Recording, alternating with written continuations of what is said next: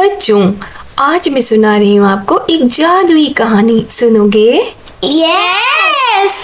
ठीक है, मैं सुना रही हूँ।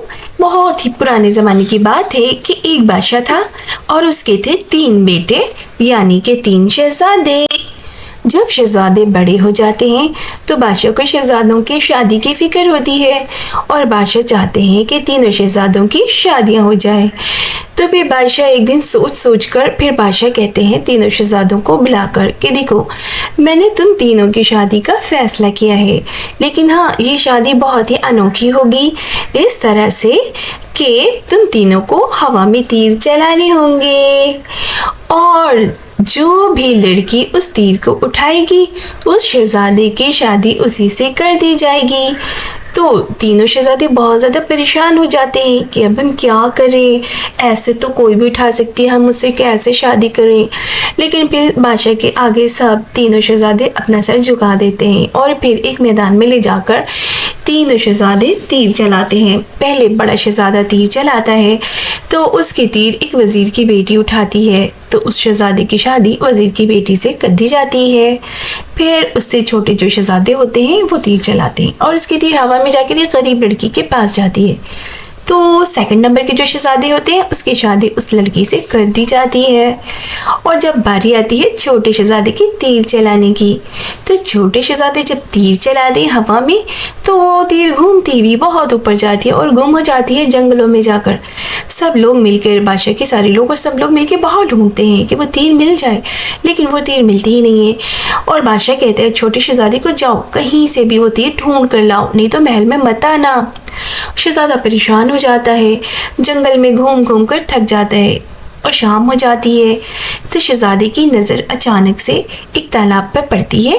तालाब पे कमल के फूल के बड़े बड़े पत्ते होते हैं, उसके ऊपर एक मेंढकी बैठी होती है और मेंढकी के हाथ में वही वाली तीर होती है जो शहजादा चलाता है।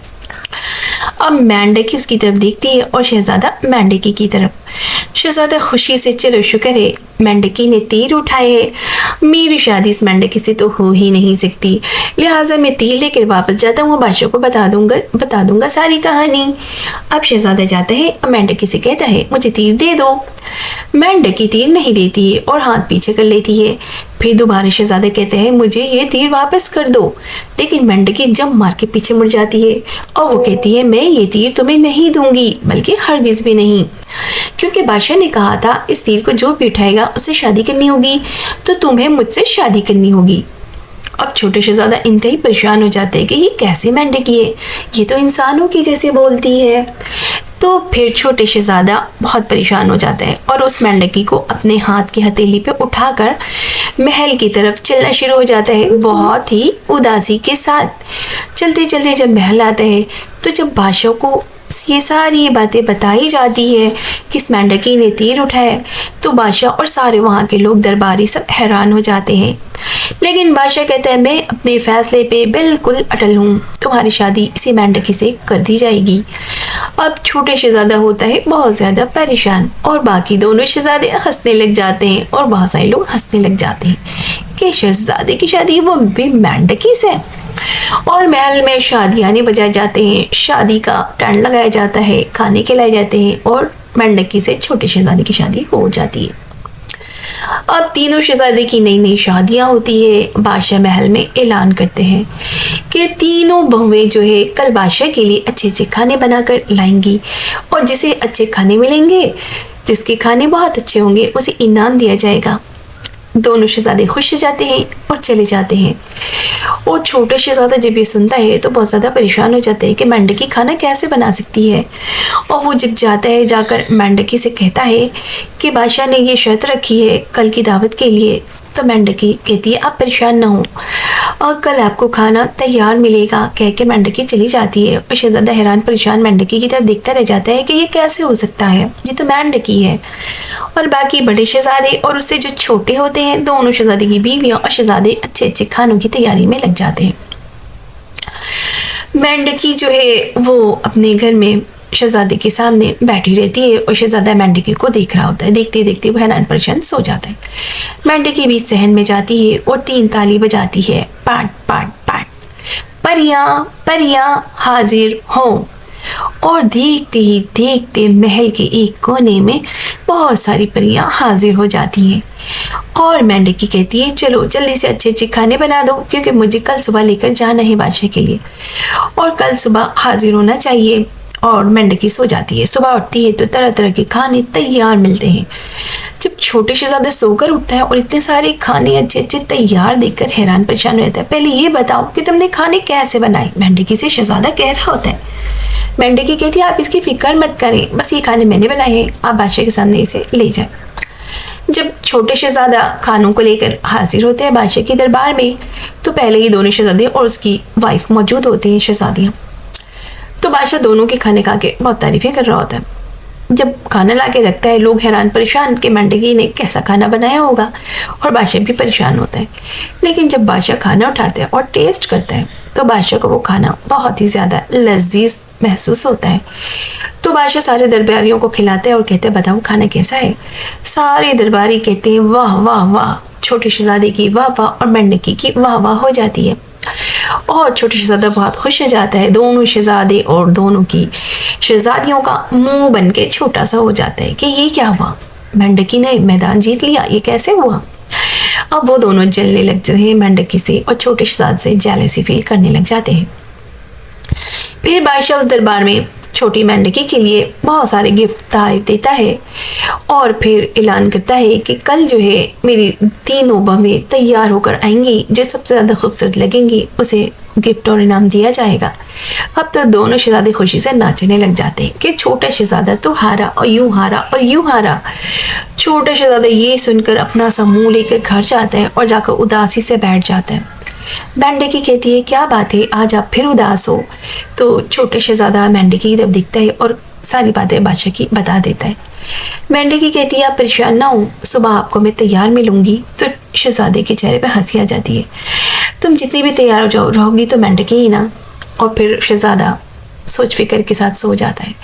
यहाँ दोनों बड़ी शहजादियाँ जो होती है, बड़ी बहुएं दोनों तैयार हो रही होती हैं, खूब तैयार होती है, रात भर सजती हैं, सुबह जाना होता है। तो वो दोनों निकल जाती हैं सुबह होते ही बादशाह की दरबार की तरफ। जब शहजादा उठता है सोकर तो देखता है मेंढकी बैठी हुई है।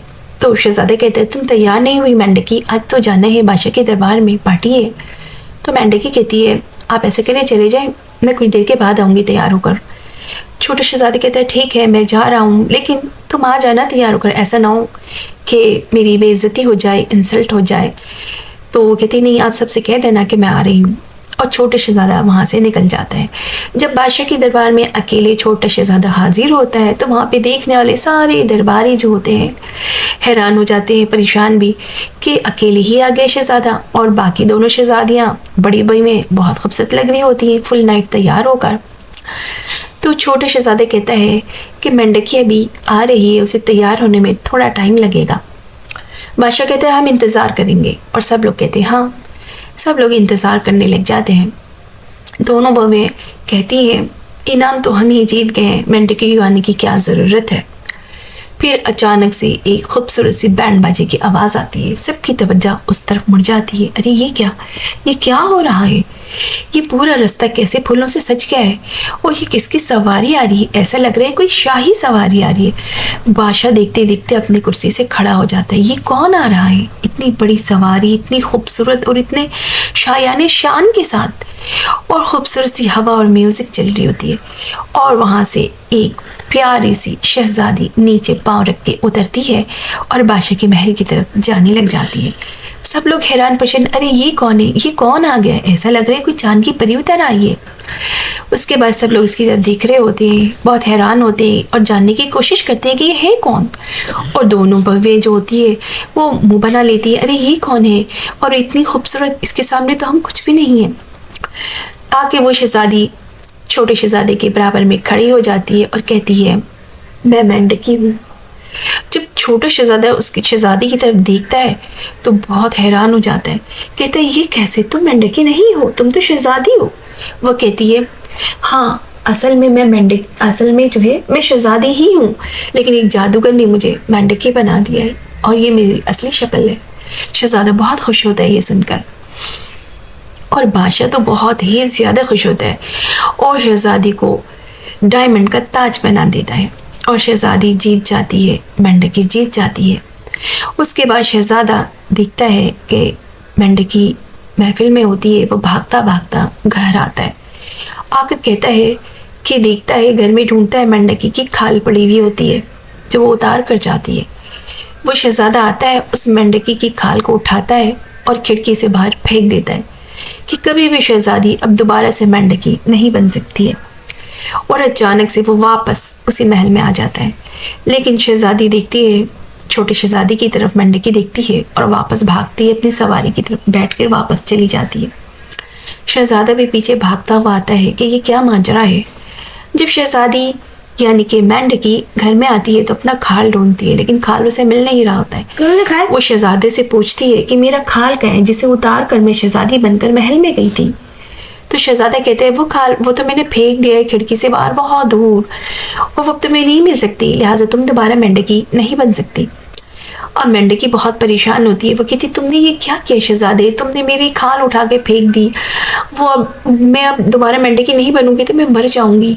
शहजादा परेशान हो जाता है और मेंढकी जो होती है अचानक से मुर्गाबी बन के खिड़की से बाहर निकल जाती है। अब वो भाग जाती है। शहजादा परेशान शहजादी के पीछे भाग रहा होता है। भागते भागते मुर्गाबी जो एक जंगल में चली जाती है, शहजादा उसके पीछे भाग रहा होता है। फिर देखता है कि मुर्गाबी जो होती है वो एक दरिया के किनारे जाके पानी पीती है और एक दरख्त के नीचे बैठ जाती है। वो जाता है वहाँ पे तो देखते हैं वहाँ पर मुर्गाबी बैठी रहती है।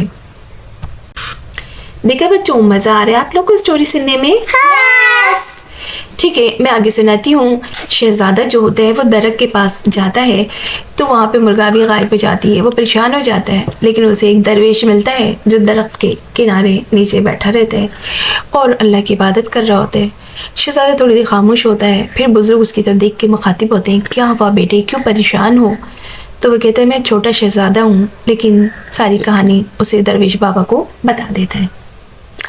फिर दरवेश बाबा कहते हैं हाँ मैं जानता हूँ वो मेंढकी नहीं शहजादी है, और तुम्हें उसे हासिल करने का एक ही तरीका है कि उस जादूगर को मार दो जिसने उस शहजादी को मेंढकी बना दिया।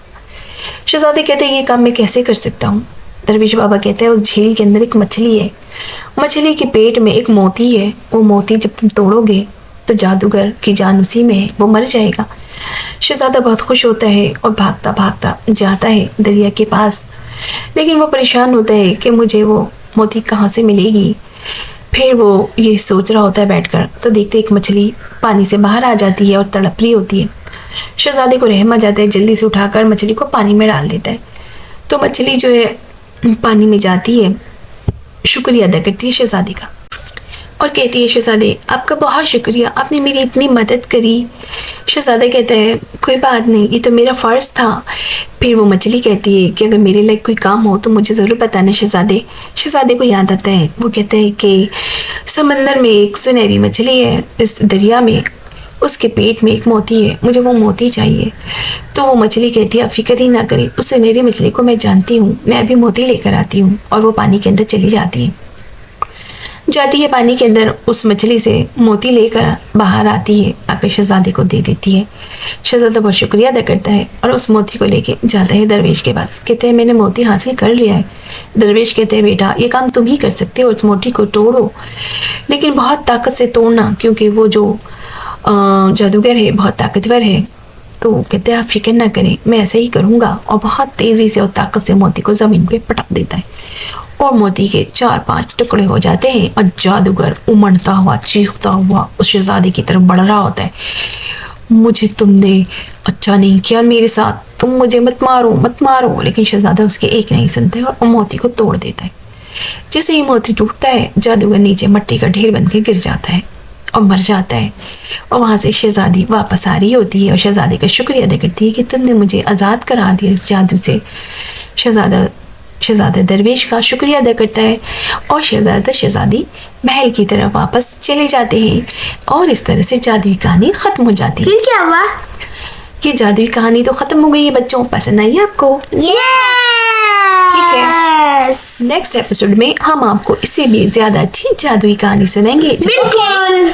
जब तक के लिए बाय।